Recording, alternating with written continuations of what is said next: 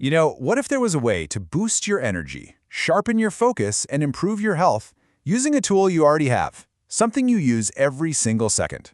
Well, today we're going to dive into exactly that, the hidden power of your breath and how you can start to unlock it. All right, so here's the game plan. We're going to start with the hidden power you already have. Then we'll get into this really cool concept called prana. Think of it as life energy. And then we'll get practical. We're talking actual exercises from the basics all the way to some more advanced stuff. And of course, we'll cover how to do it all safely. Okay, first up, breathing's hidden power. See, your body already knows there's something important about your breath, even if you haven't been paying attention. Seriously, think about this for a second.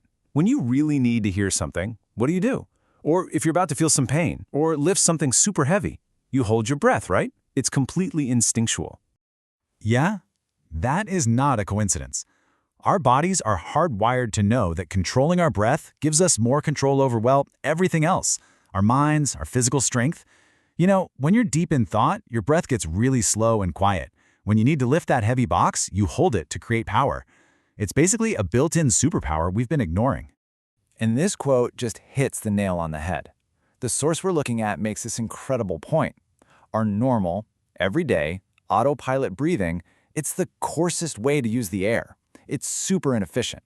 There's a much more powerful way to do it. So if our everyday breathing is the coarsest way, then what's the better way? Well, to get that, we need to talk about a concept called prana. This is where things get really interesting. Okay, so what is prana? It's not a chemical, it's not a gas you can measure. The best way to think of it is as the universal life energy that's in everything. It's the force that animates life. You could say that oxygen and nitrogen, those are like the physical wires in the air. But prana, that's the electricity running through them. It's the vitality, the actual power. And here's the kicker. By learning how to breathe the right way, we can actually absorb more of this energy and store it in our nervous system, right around the solar plexus. And when you do that, the benefits are real. We're talking sharper thoughts, a supercharged ability for your body to heal itself, and just more dynamism, a more vibrant life force. Okay, so to actually do this, we got to get the mechanics down first. Our bodies have 3 totally different ways of breathing, and understanding them is the key to unlocking all the exercises we're about to cover. So, take a look at this. The difference in efficiency is huge, right? Most of us, and I mean most of us, are shallow upper breathers. We kind of lift our shoulders, we get a tiny bit of air in, and that's it. It's the least efficient way. The real power is in lower breathing, using your diaphragm to really fill your lungs from the bottom up. But the ultimate goal, it's to combine all 3 of these into one smooth, single motion, what's called a complete breath. That's how you get the maximum air in and push all that stale air out. All right, enough theory. Let's get practical. Now we're going to get into your first exercises. This is all about building a safe, strong foundation without putting any strain on your body.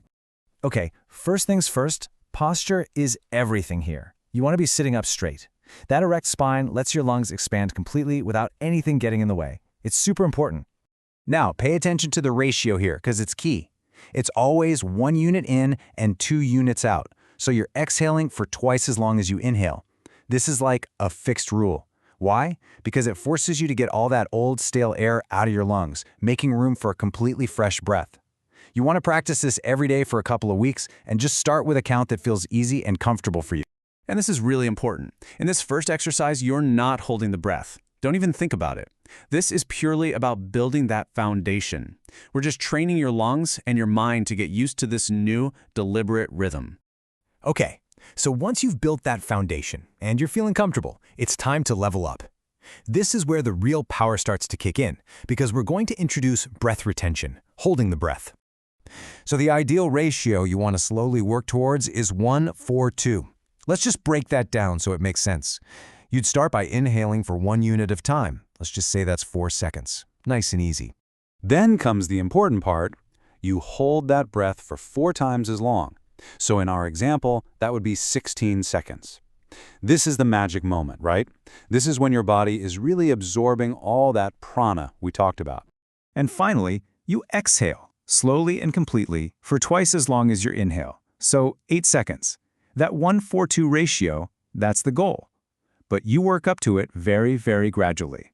Okay, so let's put this into practice with an alternate nostril exercise. Now look at what the slide suggests here. a 4-8-8 count. That's a 1-2-2 ratio. This is a fantastic place to start.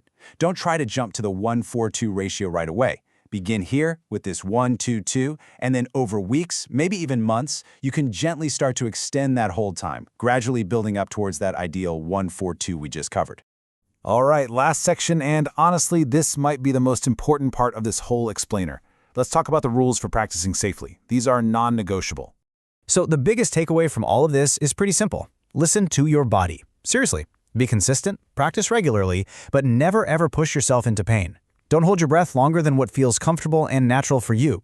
And please pay very close attention to that final warning.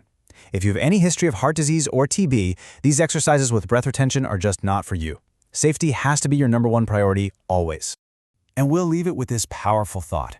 As you breathe, so are you. I mean, think about that.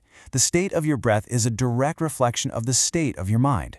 So by bringing some order, some calm to your breathing, you're bringing that same order and calm into your life.